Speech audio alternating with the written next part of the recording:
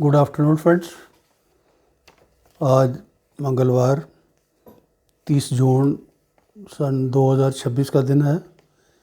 मैं Deep Singh, founder member आम आदमी पार्टी जम्मू से। आज हम फिर अपने रोज़मर्रा के हालात पर बात करेंगे। आप जानते हैं दिल्ली में जंतर मंतर पे हमारे जो फ्रस्ट्रेटेड यूथ है, बेरोज़गार यूथ है, पढ़ा लिखा, वो कॉकरोच जनता पार्टी के नाम से धरना 7-8 दिन से वहाँ चल रहा है।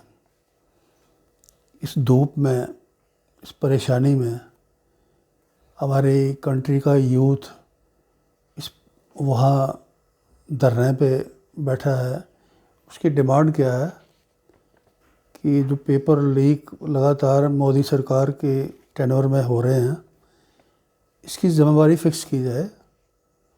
तो अभी के जो मंत्री हैं मिस्टर धर्मेंद्र प्रधान, उनकी एक सीधी डिमांड है कि उनसे इस्तीफ़ा लिया जाए और उनको इस ज़िम्मेदारी से फ़ारिग किया जाए।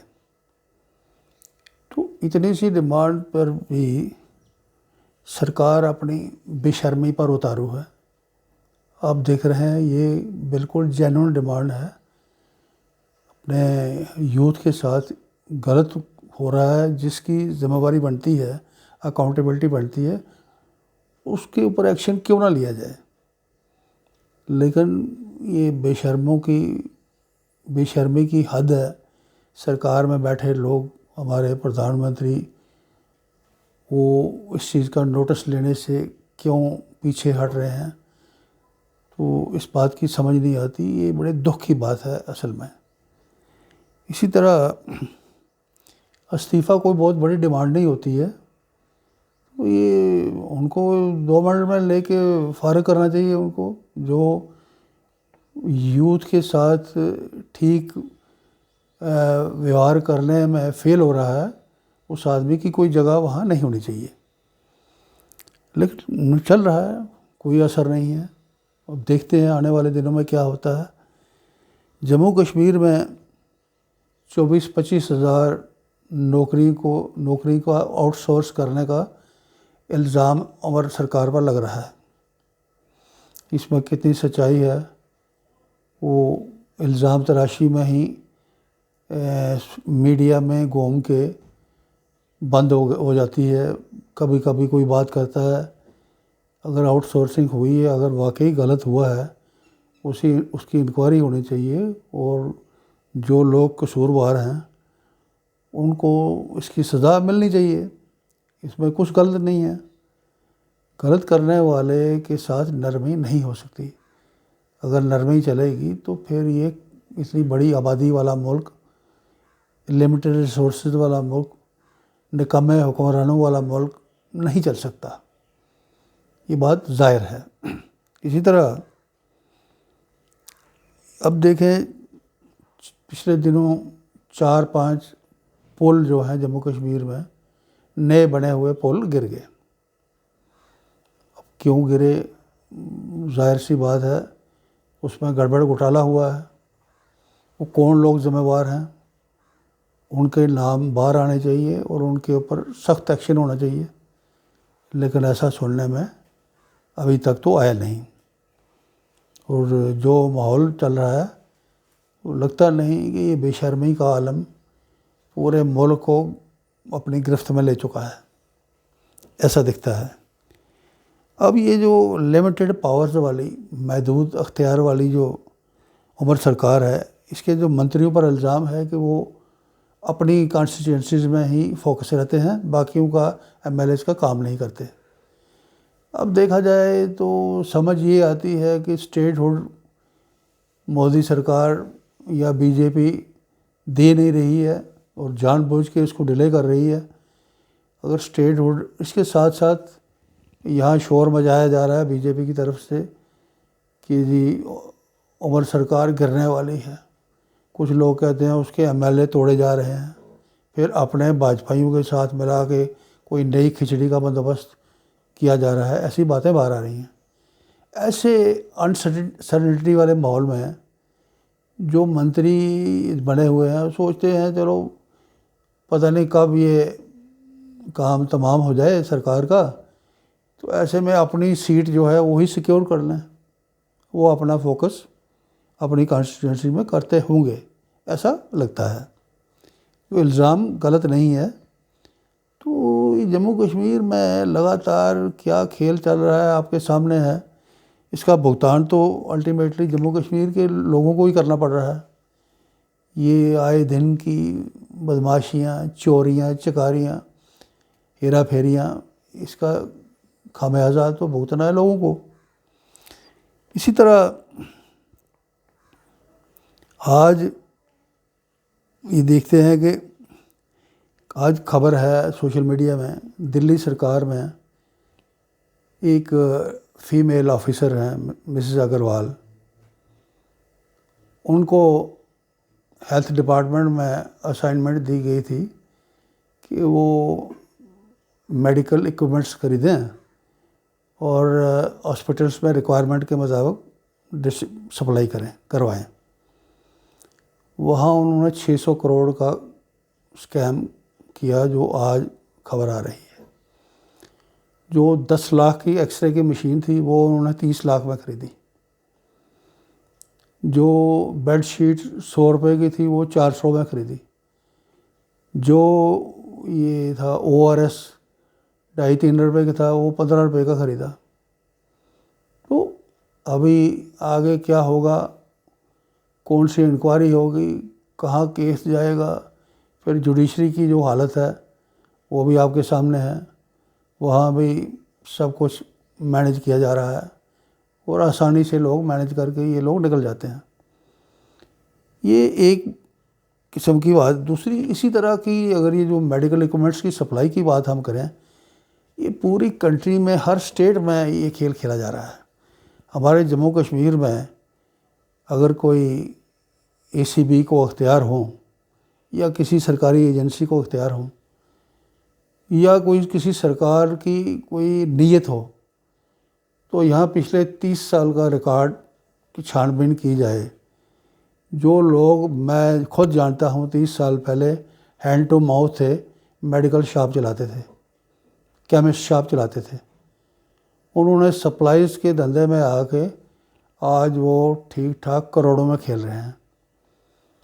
ये गंदा खेल जम्मू कश्मीर में भी दबा के खेला गया है और खेला जा रहा है। अगर सरकार चाहे तो उसको पकड़ेगी। फिर अगर पेपर भी अभी एक देखें, टीचर एलिजिबिलिटी टेस्ट वाला पेपर भी लीक हो गया नीट के बाद, नीट का दोबारा एग्ज़ाम लेने के बाद वो भी लीक हो गया। ये हालत है हमारे देश की सरकार की, हमारी रियासत की सरकार की, हमारी LG सरकार की।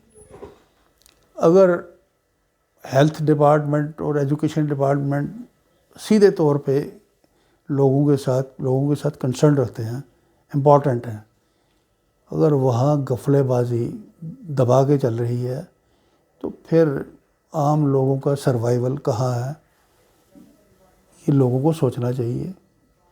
लोगों को इस पर फिक्र करनी चाहिए। और इसमें अभी देखें, मोदी सरकार के एक मंत्री ने अपने ही डिपार्टमेंट में अपने ही खेत के लिए खीरे लगाने के लिए 99 लाख की सब्सिडी रिलीज़ करवा ली। बस कोई पूछने वाला नहीं। 2 दिन खबरें चली, उसके बाद खामोश। राजस्थान के चीफ मिनिस्टर हैं BJP की, उन्होंने सरकारी प्रोजेक्ट्स को सामने रखते हुए अपने रिश्तेदारों के नाम पे करोड़ों की ज़मीनें खरीद ली ताकि उनको अरबों में कन्वर्ट किया जाए। ये बातें भी आपने सुनी होगी। इस किस्म की लूट खसोट इस कंट्री में चल रही है हमारे देश में। दूसरी तरफ हमारा जो यूथ है, फ्रस्ट्रेटेड यूथ, पढ़ा लिखा यूथ, उसको धूप में, परेशान मच्छर में, गंदगी में, सड़कों पर बैठना पड़ रहा है। वो ये खेल कब तक चलेगा, ये सबको विचार करनी चाहिए। जब हम जम्मू कश्मीर की बात करें, यहाँ एवेन्यूज़ कई किस्म के एक्सप्लोर करने का काम हो सकता था, जो हमारे निकम्मे और करप्ट लोग जो रूलर रहे पास्ट के और प्रेजेंट के, किसी ने नहीं किया। हमारे जम्मू कश्मीर में बहुत ज़्यादा स्कोप है। चाइना जो है रूरल टूरिज़म और एग्रीकल्चर टूरिज़म के नाम पर अरबों रुपए की कमाई कर रहा है। क्या हमारे जम्मू कश्मीर में उसका स्कोप नहीं है?